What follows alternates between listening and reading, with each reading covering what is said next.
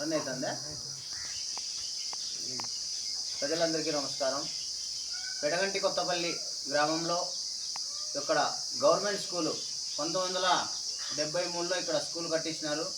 ఈ స్కూలు పూర్తిగా పాడైపోయింది. మేము పేపర్ చూసి ఇక్కడ ఉన్న సమస్యను అధికారుల దృష్టికి చేర్చాలని చెప్పేసి ఈ సందర్భంగా ఆల్ ఇండియా ప్రదేశ హక్కుల పోరాట సమితి తరఫున ఇక్కడ రావడం జరిగింది. ఇక్కడ సంబంధిత అధికారులు అయితే ఎవరైతే ఉన్నారో ఎంఈఓ గారు, జిల్లా డిఓ గారు, అలాగే విద్యాశాఖ కమిషనరు ఆర్జీడీ గారు, అలాగే రాష్ట్ర ముఖ్యమంత్రి, విద్యాశాఖ మంత్రి గారు ఈ యొక్క పెడగంటి కొత్తపల్లి యొక్క గవర్నమెంట్ స్కూల్ సమస్యను వెంటనే పరిష్కరించాలని చెప్పి సందర్భంగా మీడియా సమస్యలు తెలియజేసుకుంటున్నాము. ఇక్కడ చిన్నపిల్లలు 45 మంది దాకా ఉన్నారు.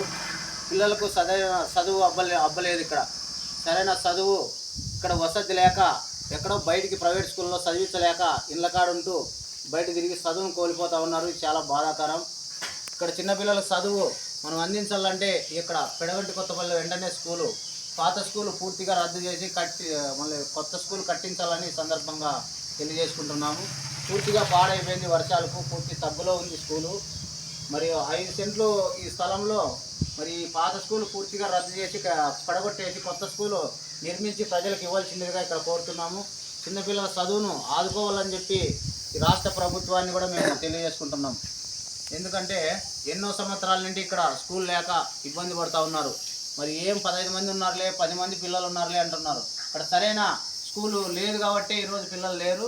లేకుంటే దాదాపుగా 50-60 మంది పిల్లలు కూడా ఇక్కడ చదువుకునే దానికి కూడా సిద్ధంగా ఉన్నారు. ఇక్కడ వెంటనే స్కూలు కట్టించి పిల్లలకు ఏర్పాటు చేయాలని కూడా ఈ సందర్భంగా తెలియజేసుకుంటున్నాము. రాష్ట్ర ముఖ్యమంత్రి, అలాగే విద్యాశాఖ కమిషనరు ఆర్జీడీ గారు, మరి అన్నమయ్య జిల్లా డియు గారు కూడా వెంటనే చర్యలు తీసుకొని పెడగంటి కొత్తపల్లి స్కూలు వెంటనే కట్టించి పిల్లల్ని ఆదుకోవాలని చెప్పి ఈ సందర్భంగా తెలియజేసుకుంటున్నాం. ఎందుకంటే ఈ స్కూల్ చాలా పాతబడిపోయింది, మళ్ళీ పడిపోయే స్థితిలో ఉంది కాబట్టి తల్లిదండ్రులు ఈరోజు పిల్లల్ని ఇక్కడ పంపించలేదు.